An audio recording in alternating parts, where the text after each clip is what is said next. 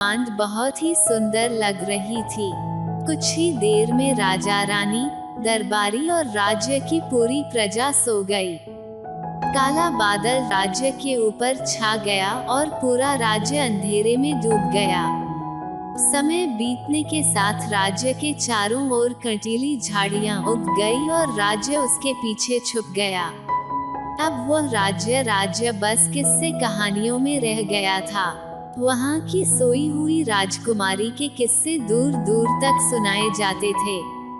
राजकुमारी को देखने की आस में कई राजकुमार उस राज्य में जाने का प्रयास करते, किंतु कंटीली झाड़ियों को पार नहीं कर पाते। कई घायल होकर वापस लौट आते, तो कई उनमें फंसकर मर जाते।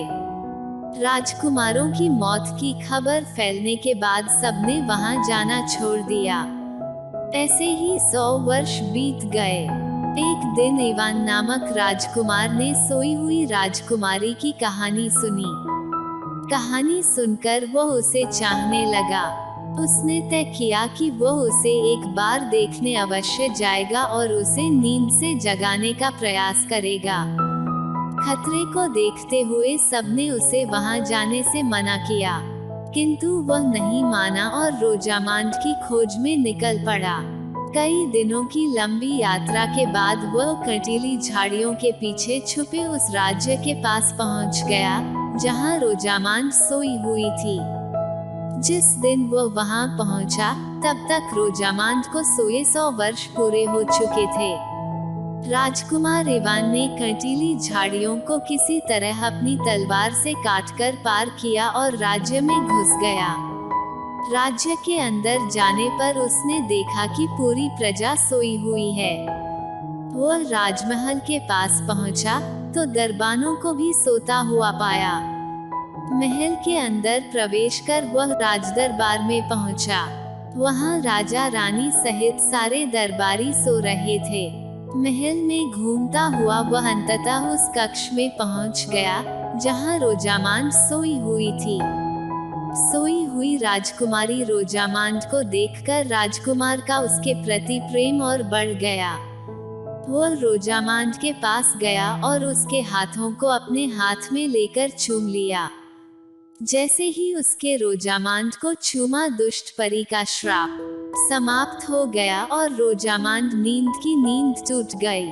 आंखें खोलते ही उसने एक सुंदर राजकुमार को अपने सामने पाया। वह जान गई कि यही वो सच्चा प्रेम करने वाला राजकुमार है, जिसने उसे 100 वर्षों की गहरी नींद से जगाया है। राजकुमार ने रोजामांड को बताया कि वो उससे प्रेम करता है और उससे विवाह करना चाहता है। रोजामांड ने उसका यह विवाह प्रस्ताव खुशी खुशी स्वीकार कर लिया। दोनों उस कमरे से निकलकर राजदरबार पहुँचे, तो देखा कि राजा रानी और सभी दरबारी भी नींद से जाग चुके हैं। सबने रोजामांड और राजकुमार इवान का स्वागत किया। रोजामांड ने राजा रानी को राजकुमार से मिलवाया। राजा रानी राजकुमार से मिलकर बहुत खुश हुए। राजकुमार ने उनसे रोजामांड का हाथ मांगा और राजा रानी ने खुशी खुशी रोजामांड का हाथ राजकुमार इवान के हाथ में दे दिया। राजमहल के ऊपर छाए काले बादल हट गए और वहां सूर्य फिर से चमकने लगा। सबने मिलकर सूर्य देवता की प्रार्थना की और उन्हें धन्यवाद दिया। उसी दिन रोजामांड और राजकुमार का विवाह कर दिया गया। जब रोजामांड और राजकुमार का विवाह हुआ, तो सूर्य से आग का एक गोला निकला और दूर जंगल में बनी एक झोपड़ी पर जा गिरा। वह झोपड़ी में दुष्ट 13वीं परी की थी। झोपड़ी के साथ वह भी जलकर मर गई। रोजामांड और राजकुमार इवान खुशी खुशी रहने लगे।